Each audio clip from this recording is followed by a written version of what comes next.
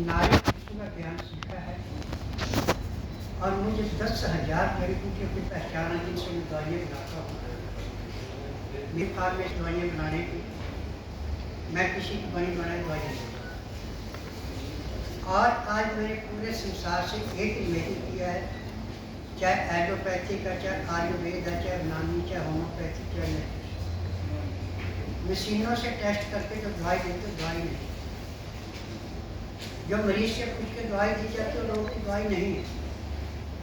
परंतु मेरे पास नियम है कि बुधवार की मैं छुट्टी रखता हूँ, गुरुवार से लेकर मंगलवार तक नारी परीक्षण करता हूँ।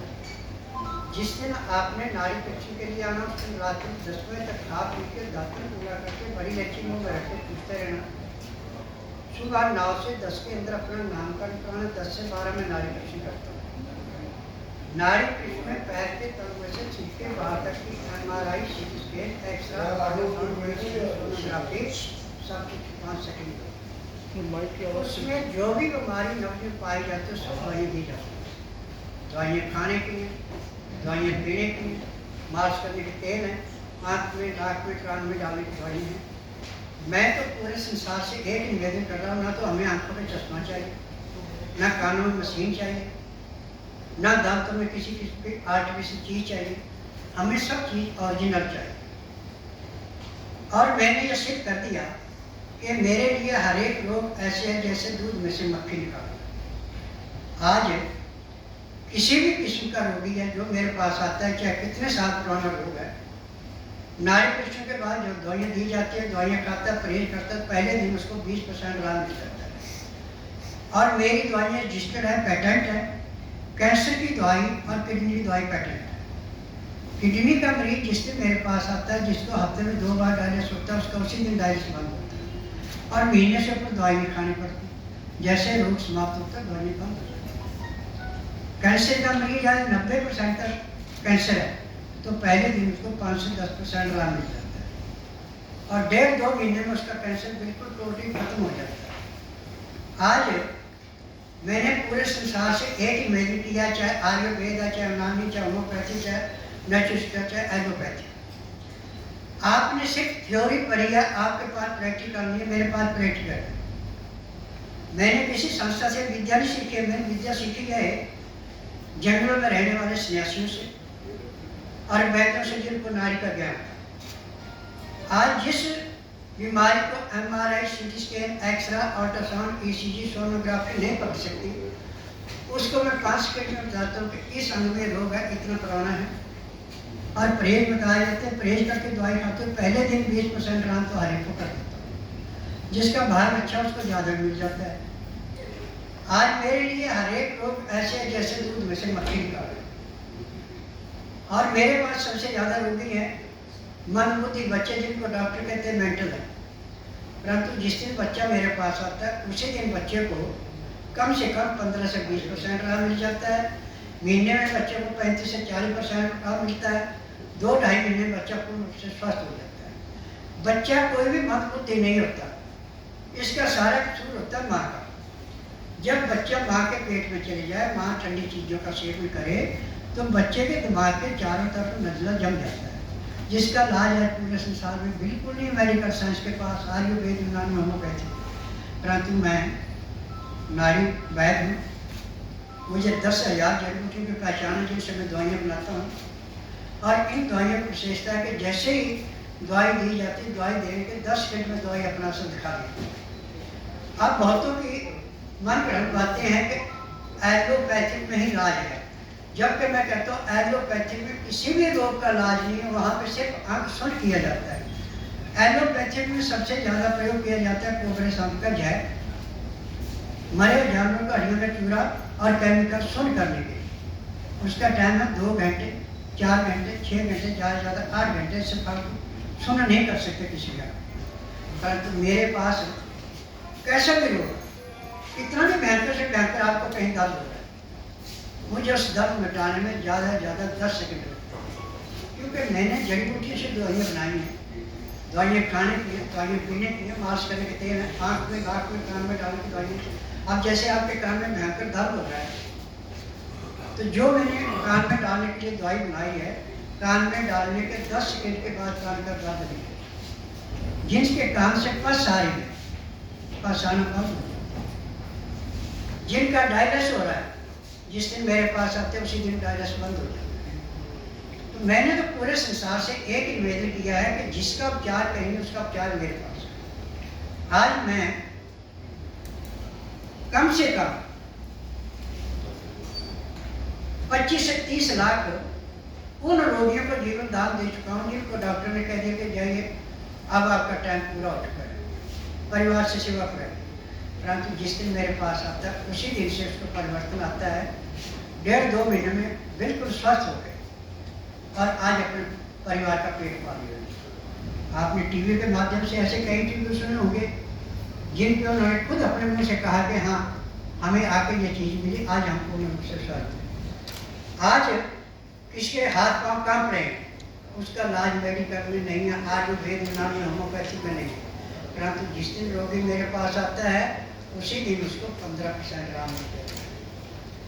और मैंने 2004 में एलोपैथी को, आयुर्वेद को, यूनानी होम्योपैथी को निवेदन किया था कि जिस रोगी का उपचार आपके पास नहीं है उसका उपचार मेरे पास है, और जिस रोगी का उपचार करके आप थक चुके हैं उस रोगी को आप बुधवार छोड़कर गुरुवार से लेकर मंगलवार के बीच में मेरे आश्रम में लाइए।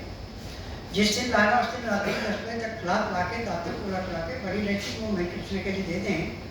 सुबह 9 से 10 के अंदर उसका नामकरण कराना, 10 से 12 में नाड़ी परीक्षण करूँगा। नाड़ी परीक्षण में मैं बताऊँगा कि इसको कितना पुराना रोग है और आपने कौन सी दवाई ऐसी दी जो कि इसका काम नहीं करती, और मैं अपनी दवाई से उसी दिन उसको 20% आराम कर देता हूँ। यदि आपके पास किसी रोग की ऐसी दवाई बनी है जिसने रोग काट दिया और ठीक होने के बाद दोबारा दवाई नहीं खानी पड़ी, उस दवाई को मेरे आश्रम में लाकर आप टेस्ट कराते हो, दवाई आपकी पास हो जाती है, तो मैं आपको 10 लाख रुपये कैश दूँगा। और यदि आप उस रोग को सुन करते हैं, दबाते हैं, तो मैं आपसे 20 लाख लेने का हकदार हूँ। यदि आपके पास पैसा नहीं है तो आप उतने दिन मेरे आश्रम में मजदूरी करो, क्योंकि मेरी अपनी फैक्ट्री है दवाइयाँ बनाने की। मैं किसी की बड़ी बड़ी दवाइयाँ नहीं बेचता, और मुझे 10,000 लोगों की पहचान है जिनसे मैं दवाइयाँ बनाता हूँ।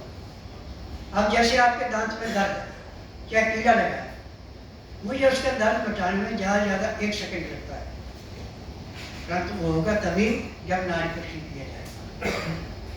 आज आंखों में चश्मा लगा है, मैं यदि आंखों में आपकी दवाई सूखी हुई है, मेरे पास गिली भी है, जैसे आंख में दवाई लगाता हूँ 5 मिनट के लिए आपकी आंख नहीं खुलेगी, 5 मिनट के बाद खुलेगा, आप खुद कहेंगे कि हाँ मुझे इतना आराम मिला।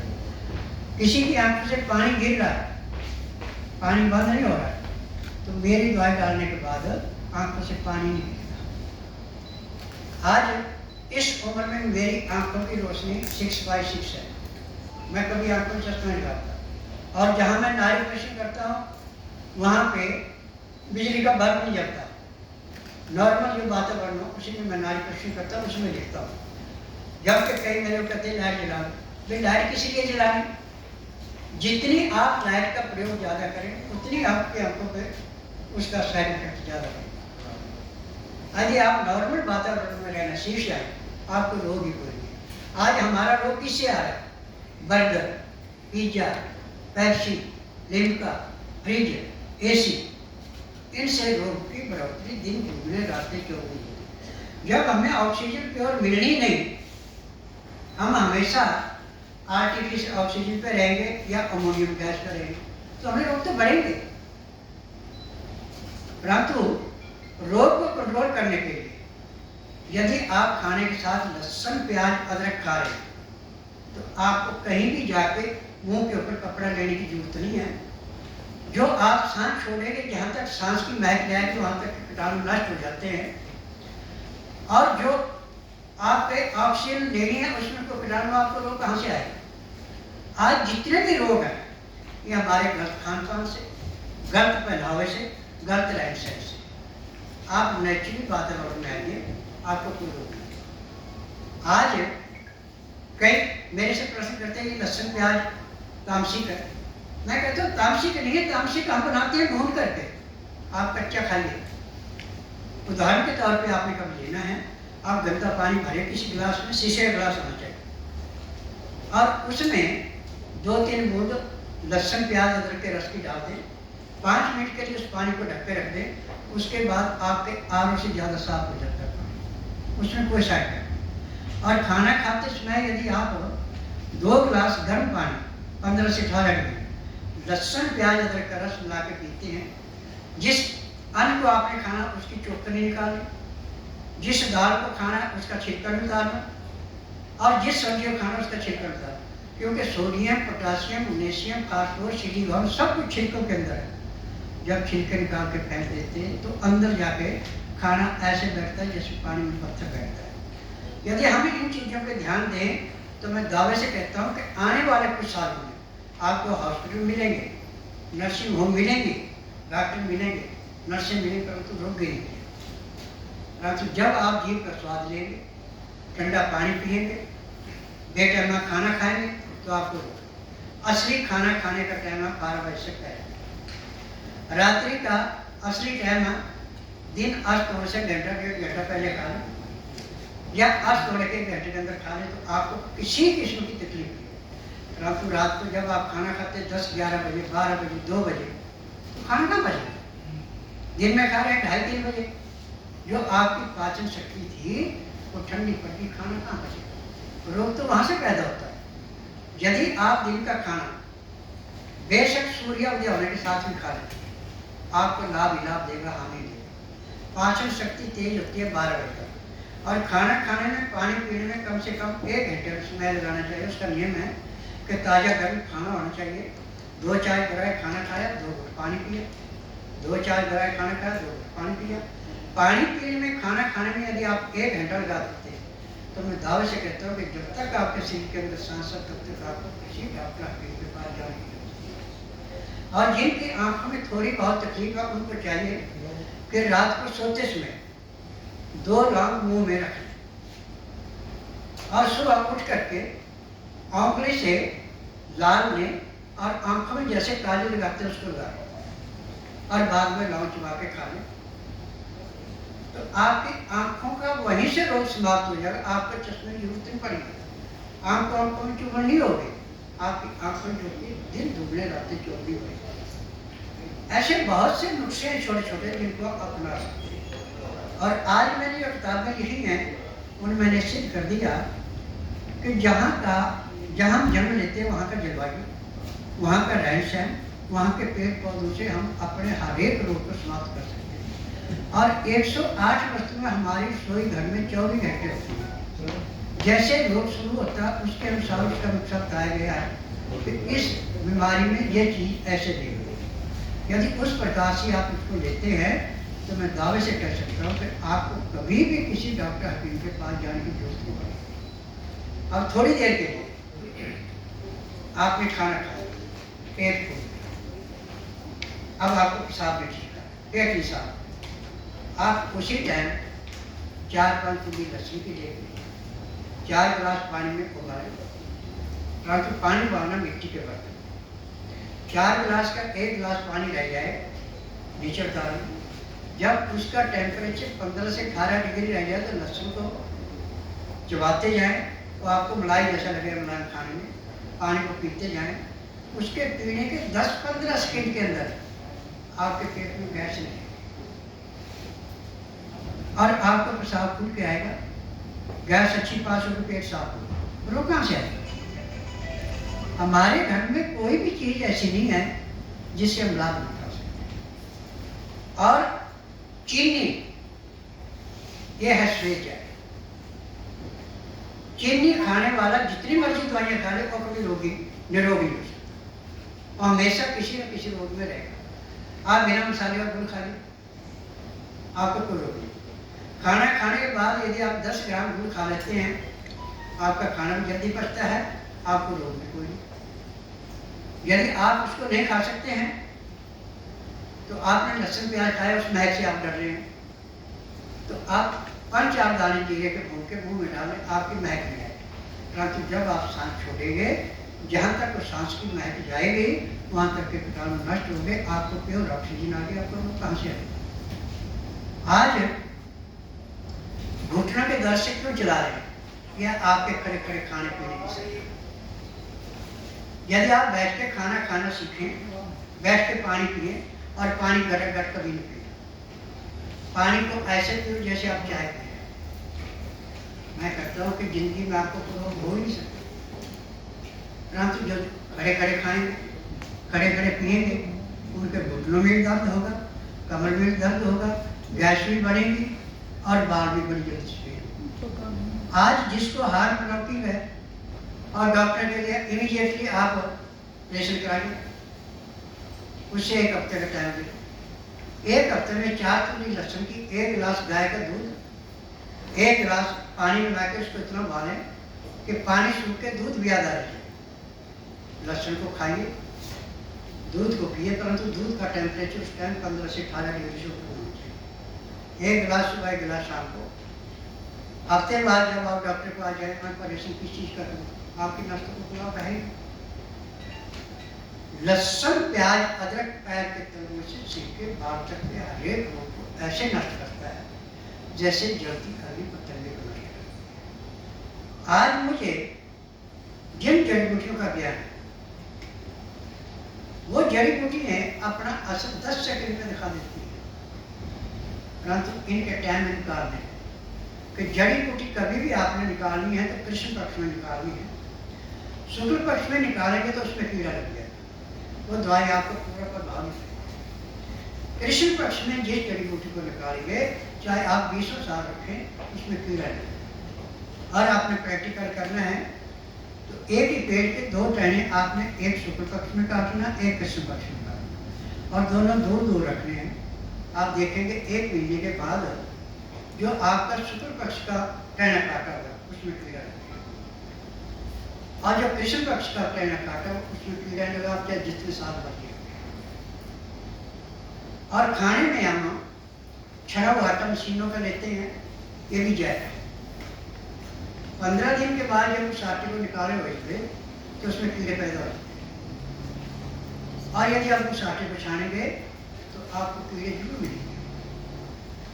और आटा जो है चोकर के साथ खाते हैं, और शनिवार आटा पिसाते हैं, उसमें 1 किलो चने डुला दें, चाहे आप 10 किलो पिसाएं चाहे 20 किलो पिसाएं, उस आटे की रोटी खाते तो आप समझो 80% बीमारियाँ आपके खाने से समाप्त हो जाएंगी।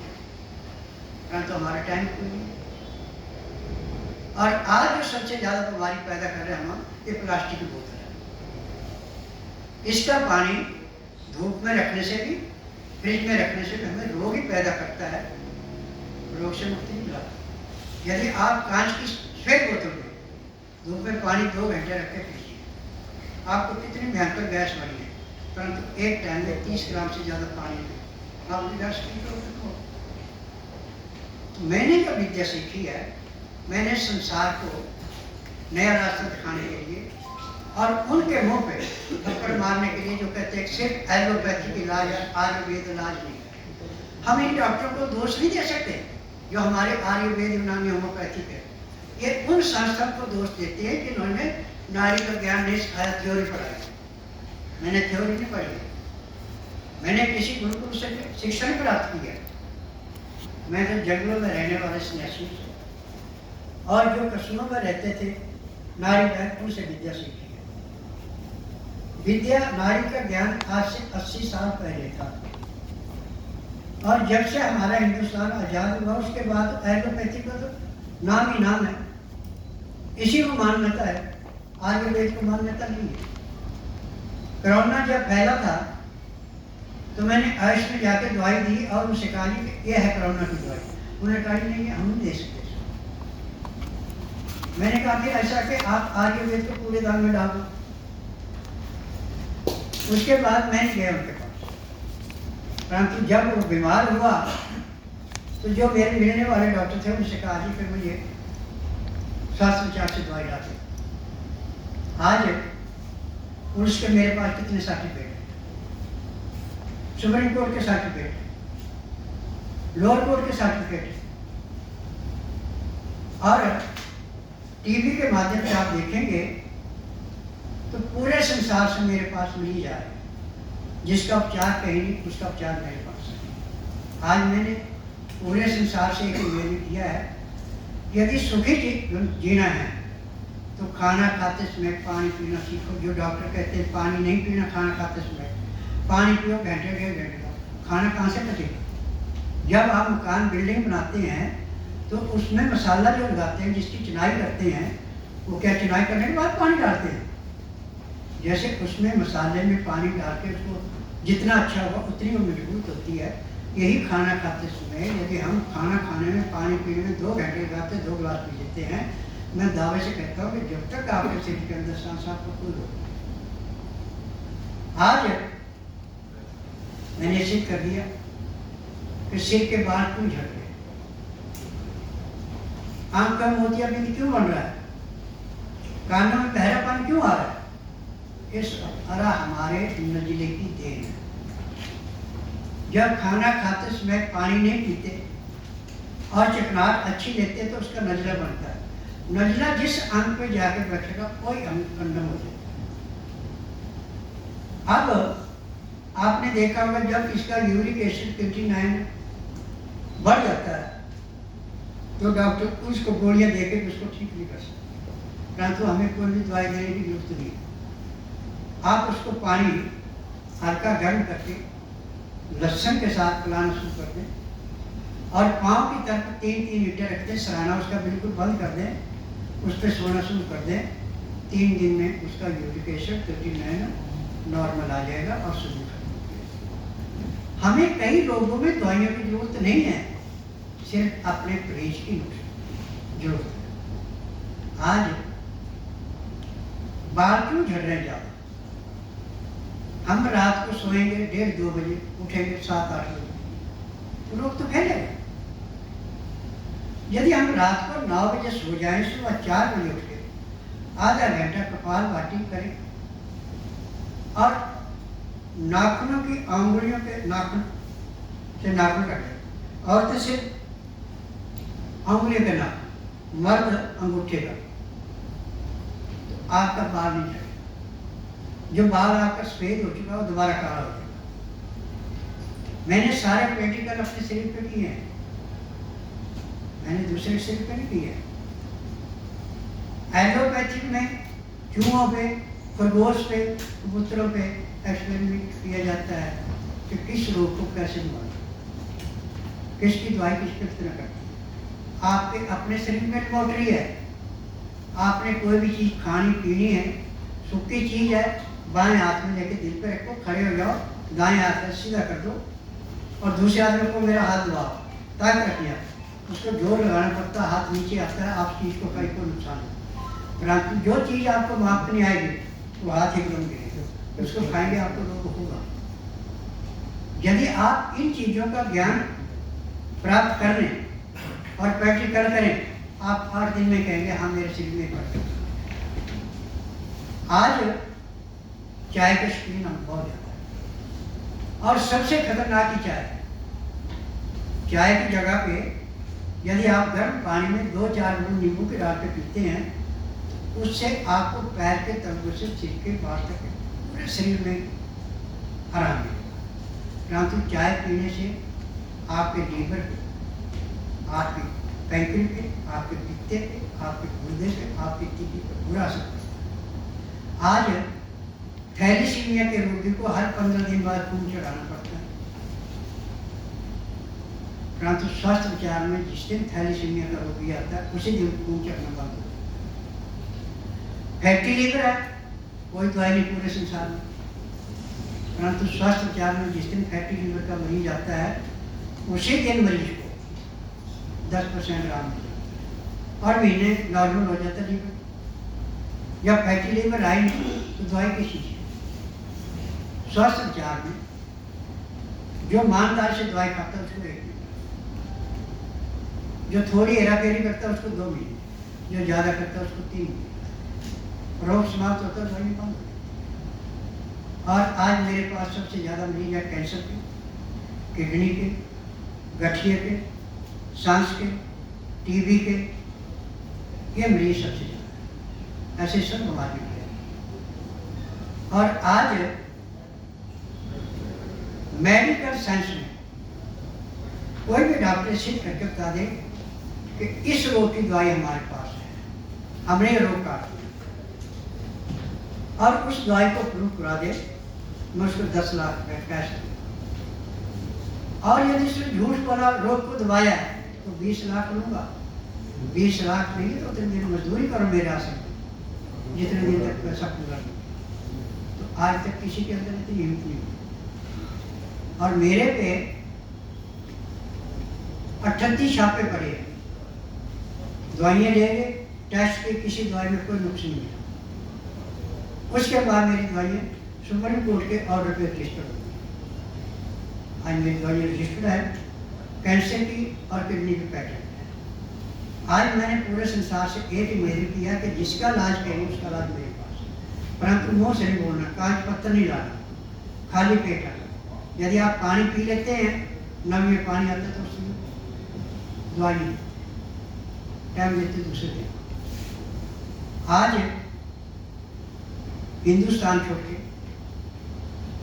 China, Nepal, Sri Lanka, Pakistan, Australia, New Zealand, north Korea, south Korea, Japan, सब जगह से मेरे पास मिली जा रही है जो हिंदी समझते हैं, क्योंकि यूट्यूब पे मेरा प्रोग्राम ऑल वर्ल्ड और टीवी के माध्यम से एयरटेल पे, जियो पे, MX पे चल रहा था। और अब टाटा में से बात की, टाटा वाले कहते हैं कि 1 साल के पैसे जमा कराओ। मैंने कहा मेरे पास साल के, मैं तो महीने के कराऊँ। तो अब बात चली हुई है, देखते हैं कब ऊपर करते हैं, तो उसमें प्रोग्राम चलेगा। और मेरा प्रोग्राम में जो भी मेरा अपना चैनल है जिसका नाम है संस्कृति 24/7, और मेरा अपना सारा काम है। मेरा जो आश्रम है ये एक मंदिर था, मंदिर में मैंने आश्रम रखा है, और फैक्ट्री दवाइयाँ भी मेरी अपनी है, गौशाला मेरी अपनी है, जमीन में मैंने अपनी दवाइयाँ लगा रखी हैं। 60% दवाइयाँ तो मैं अपने आप को करता हूँ, 40% मुझे मार्केट से लानी पड़ती है। और मार्केट में पहले उनको दिया जाता है ऑर्डर, कभी इतने दिन बाद मुझे दवाई चाहिए और इस पक्ष में निकालिए और ताज़ी दवाई चाहिए, मुझे पुरानी दवाई चाहिए। तब आज मैं गारंटी तौर पे कहता हूँ कि संसार में ऐसा कोई रोग नहीं है जिसका मेरे पास उपचार है। आज मैं इस उम्र में भी नौजवान हूँ, जबकि आज मेरी उम्र 95 साल 9 महीने और 2 दिन, और जबकि मुझे अनछूटे भी 54 साल 4 महीने और 24 दिन हो गए। मैं दिन में लस्सी पीता हूँ, रात में दूध पीता हूँ, लहसुन प्याज अदरक 100 ग्राम दिन में लेता हूँ, 100 ग्राम रात को, ये मेरी रहती है। तो आज मैं सभी से एक मेल करना चाहता हूँ कि जिस रोगी का उपचार करेंगे उसका उपचार मेरे पास। मैंने पहले भी आज से 5-6 साल पहले किया था यहाँ पे वीडियो कॉन्फ्रेंस, तो उसमें मैंने बताया था। तो उसमें से जिन्होंने लाभ उठाया, आज वो एक बात कहते हैं कि स्वामी जी हम 10,000 15,000 रुपये महीने खर्च से, आज हम उससे बिल्कुल मुक्त है, हमें एक भी पैसे का खर्च नहीं करना पड़ता। तो मैं उससे एक ही निवेदन करता हूँ, देखिए जीव का स्वाद जितना आप ज़्यादा देखेंगे उतनी सजा पड़ती है, जितना जीव का स्वाद कम देखेंगे उतने आप मौत मरेंगे। खाना हमेशा ताज़ा गर्म गर्म खाना, खाना खाते समय 2 गिलास पानी, लहसुन प्याज अदरक का रस मिला के पीते हैं। जिनको लहसुन प्याज अदरक से नफरत है तो नींबू का रस, काला नमक, काली मिर्च और अजवाइन पानी में मिला के पी लेते हैं, तो उनको भी लहसुन प्याज अदरक जैसा लाभ होगा, परंतु उससे कम होगा।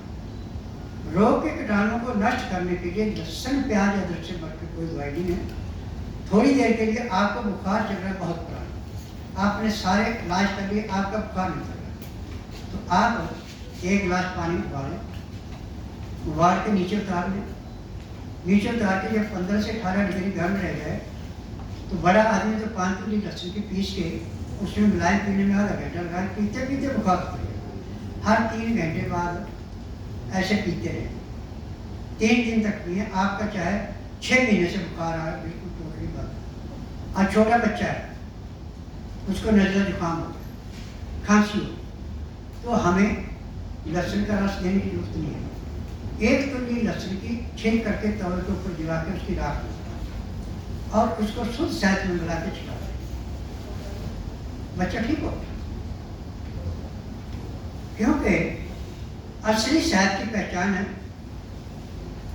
कि गर्म पानी में उबलता हुआ नीचे उतार और उसमें आप शहद डालें।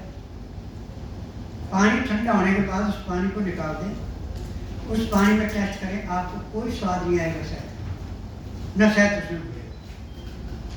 और जब उसको देखेंगे शहद ना तो ग्राम बढ़ा ना करें। और जो आपका डुप्लीकेट शहद है, यदि वो पानी में डालेंगे तो पानी में भी टेस्ट आएगा और पानी में पहुँच जाएगा। और शहद शुगर को भी ऐसे चाटता है जैसे नीम की लकड़ी को चाटती है, परंतु उसका नियम है कि 1 चम्मच पीसी हुई हल्दी खाने वाली 4 चम्मच शहद में मिला के सुबह खाली पेट लें और इतनी शाम को लें। ऊपर से गाय का दूध है तो 1 गिलास पिए, नहीं तो गर्म पानी पी लें 1 गिलास। आपकी 400 में शुगर है तो 15 दिन में वो आपकी 90 140 आएगी, जो नॉर्मल। दुनिया कहती है कि शहद खाने से शुगर बढ़ती है, मैं कहता हूँ शहद खाने से शुगर बढ़ती है। और जो 12 महीने गाय का दूध, गाय की लस्सी या गाय का दही ले रहा है, उसको कभी शुगर नहीं होती, परंतु खाना टाइम का खाएगा, ठंडा खाना खाएगा तो आप बहुत अच्छी बात आपने बताया है सब। लेकिन गुरु जी एक बड़ा जैसा सत्य होता है और एक प्रश्न भी उठता है कि जो बहुत कठिन रोग है, जैसे कैंसर 4th स्टेज और 3rd स्टेज पर पहुंच गए, लोग कहते हैं कि उसका कोई इलाज नहीं है। तो ऐसे मरीज भी आते हैं। मेरी एक जिज्ञासा, बाकी पत्रकार करेंगे। 90% तक का कैंसर मैंने ठीक किया है। अभी बैठ चला दो कैंसर वाला जो आखिरी स्टेज पर, हाँ, जिनको डॉक्टर ने कहा कि अब घर जाइए, सेवा कराने जितनी अब इलाज वो ठीक ही है। मैं आप सभी से अनुरोध करूंगा कि जिस भी महानुभाव को कोई किसी भी प्रकार का कोई प्रश्न पूछना है तो वो अभी पूछ सकते हैं। माइक ले जाइए। आपका थोड़ी, हम यहाँ गाँव में बैठना चाहते हैं। गुजरात जी माइक। हाँ तो कोई दिखाई नहीं दे रहा, चमक रहा है। इधर उधर चारों तरफ कवर करके इधर कवर कर रहे, इधर कवर कर रहे, वहाँ पे दिखाई दे रहा है। ये वाला कॉर्डलेस माइक दे दीजिए, कॉर्डलेस। अतुल पूछो। अतुल नमस्कार। नमस्कार सर, ये मेरा एक प्रश्न है। जैसे दिल्ली में या पूरे भारत में किडनी की प्रॉब्लम बढ़ रही है, तो उसके लिए कई लोगों को जैसे हर तीसरे दिन जाना पड़ता है किडनी के ट्रीटमेंट के लिए, डायलिसिस के लिए। तो आप इस बारे में क्या कहना चाहते हैं? दूसरा, देखिए, मैंने आपसे पहले भी अर्ज की थी कि हफ्ते में 2 बार डायलिसिस करते हैं, तो जिस दिन मेरे पास आते हैं उसी दिन डायलिसिस बंद हो जाता है। मेडिकल में तो किसी रोग की दवाई पूरे संसार में है नहीं, वो सिर्फ उस अंग को सुन करते हैं जहाँ पर तकलीफ होती है। मैं देसी जड़ी बूटियों से इलाज करता हूँ और जिस दिन रोगी आएगा उसी दिन उसका पेशाब भी टूट जाएगा, किडनी वाले का पेशाब बंद हो जाएगा। तो आप उस पर कितना मतलब खर्चा करना पड़ता है रोगी? देखिए, कैंसर वाले और किडनी वाले का 15 दिन का खर्चा पड़ जाता है 45,000 रुपये, परंतु 15 दिन में उसको 50% आराम मिल जाता है, महीने 1.5 महीने में पूर्ण रूप से स्वस्थ। स्वामी जी, मेरा एक सवाल है। योगेश पटना नाम है। कुछ जो स्पेशल बच्चे होते हैं, लार टपकना, हाथ पाँव में कंपन होना, मतलब हर टाइम पे नहीं, तो वो क्या स्थिति है, कैसे उसको कंट्रोल किया जाए? देखिए, जब बच्चे के दिमाग के अंदर नजला जमेगा तो बच्चे को एक पोजीशन आती है और इसका इलाज पूरे संसार में मेडिकल में नहीं। मेरे पास इसका इलाज 3 दिन का है। जैसे 3 दिन में लाल टपकना बंद हो जाती है। इसको दवाई नाक में डालने की दी जाती है ज़्यादा, खाने की दवाई दी जाती है। जो नाक में दवाई डाली जाती है उससे नजला कोई पेट के द्वारा टट्टी के द्वारा निकल जाती है और लाल टपकना बंद हो जाती है। और जो कांपते हैं बच्चे, हाथ कांपते हैं, मेरे भाई सब दिमाग के ऊपर का है। माइंड से गुरुजी एक बच्चा है आज 31 साल का, मेरे मित्र हैं, उनका बच्चा है। उसको जब वो 4 साल का था उसके फादर की डेथ हो गई। उसको देख के इतना शौक लगा कि उसकी आवाज नहीं है, वो सुन नहीं सकता है, खा नहीं सकता है, बोल नहीं सकता है, चल नहीं सकता है, बैठ नहीं सकता है। Is 31 years old. उसकी मदर ने पूरे वर्ल्ड में इलाज करा लिया, सब जगह उसको व्हील चेयर पर बैठा के ले जाती है। बच्चा खा भी नहीं पाता, लार टपकती रहती है जैसे।